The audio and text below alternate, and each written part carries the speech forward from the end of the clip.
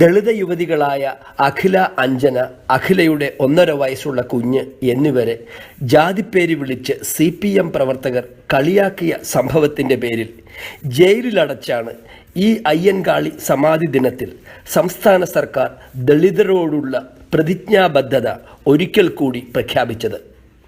ദളിതരാകട്ടെ, സ്ത്രീകളാകട്ടെ, 1.5 വയസ്സുള്ള കൈക്കുഞ്ഞാകട്ടെ, പാർട്ടി സഖാക്കൾ ഉൾപ്പെട്ട കേസാണെങ്കിൽ സർക്കാരിന് ഒരൊറ്റ പ്രഖ്യാപിത നിലപാടേയുള്ളൂ: എതിർകക്ഷി നേരെ ജയിലിൽ.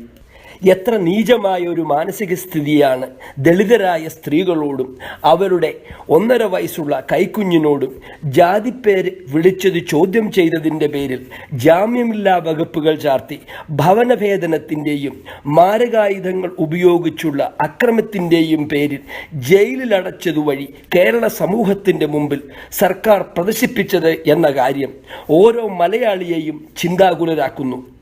കേരളത്തിലെ സ്ത്രീകൾക്കും ദളിതർക്കും ഇവിടെ നീതി ലഭിക്കുകയില്ല എന്നല്ലേ ഈ സംഭവം വഴി സർക്കാർ കേരള ജനതയോട് വിളിച്ചു പറയുന്നത്? സ്വന്തം സഹാക്കൾ പറഞ്ഞാൽ സ്ത്രീയുമില്ല, ദളിതരുമില്ല, സർക്കാർ അന്ധമായ പാർട്ടി ഭക്തിയിൽ വാദിയായാലും പ്രതിയായാലും ജാമ്യമില്ലാ വകുപ്പുകൾ ചുമത്തി ജയിലിലടയ്ക്കും എന്നതല്ലേ ഈ സംഭവത്തിൽ നിന്നും കേരള ജനത വായിച്ചെടുക്കേണ്ടത്?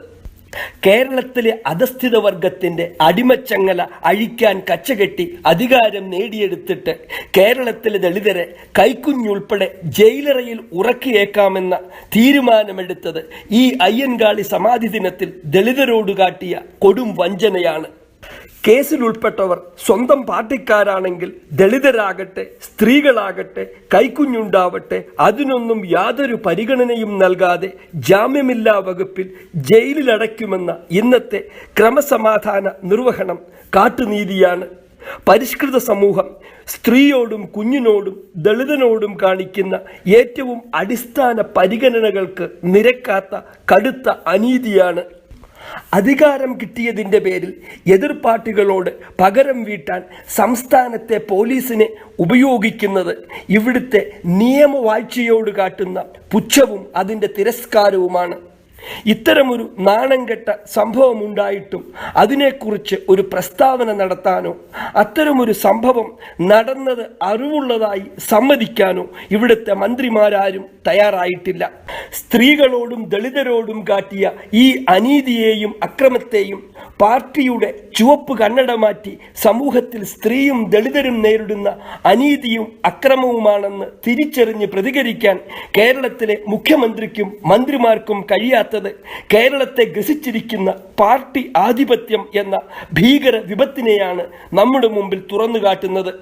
കേരള ജനതയെ ആശങ്കയിലാഴ്ത്തുന്ന അനാസ്ഥയും പ്രതികരണശേഷി ഇല്ലായ്മയുമാണ് ഇത്തരം സംഭവങ്ങളിൽ സർക്കാർ സ്വീകരിക്കുന്ന നിലപാടുകൾ വഴി കേരള ജനതയ്ക്ക് മുമ്പിൽ അനാവൃതമാകുന്നത്.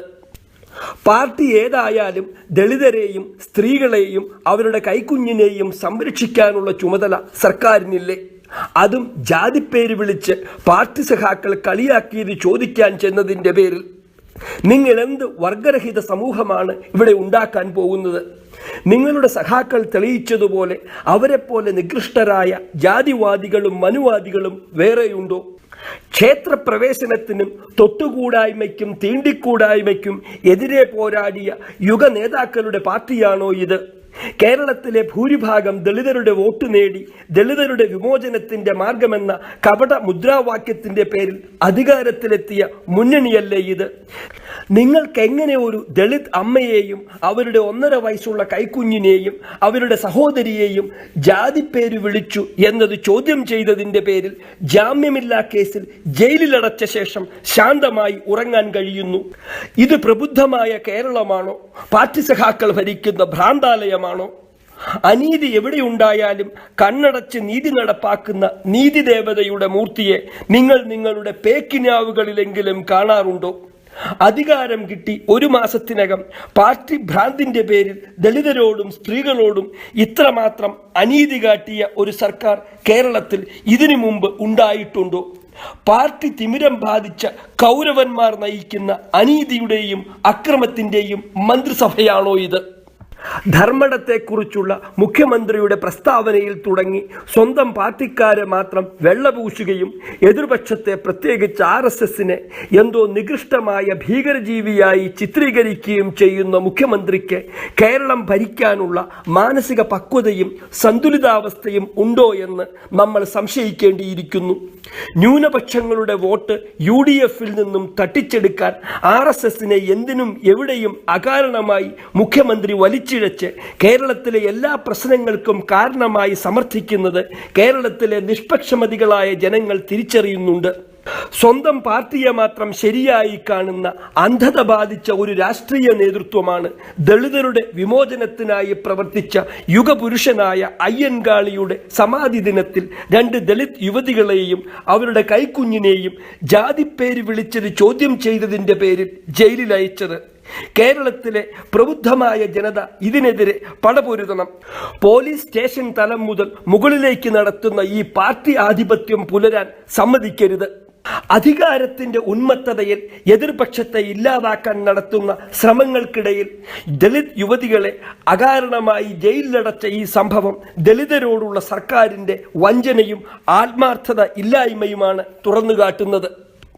സർക്കാർ പുലർത്തിവരുന്ന ഈ അസഹിഷ്ണുതയും ദളിത് സ്ത്രീജന വിരോധവും തിരിച്ചറിഞ്ഞ് ഏറ്റവും പെട്ടെന്ന് കേരളത്തിലെ എല്ലാ ജനങ്ങളെയും ഒരുപോലെ കാണുന്ന സമഭാവനയുടെയും അനുരഞ്ജനത്തിൻ്റെയും സഹകരണത്തിൻ്റെയും സഹിഷ്ണുതയുടെയും അന്തരീക്ഷം കേരളത്തിൽ ഉടനെ പുനഃസ്ഥാപിക്കണമെന്ന് ഞങ്ങൾ സർക്കാരിനോട് ശക്തമായി ആവശ്യപ്പെടുന്നു.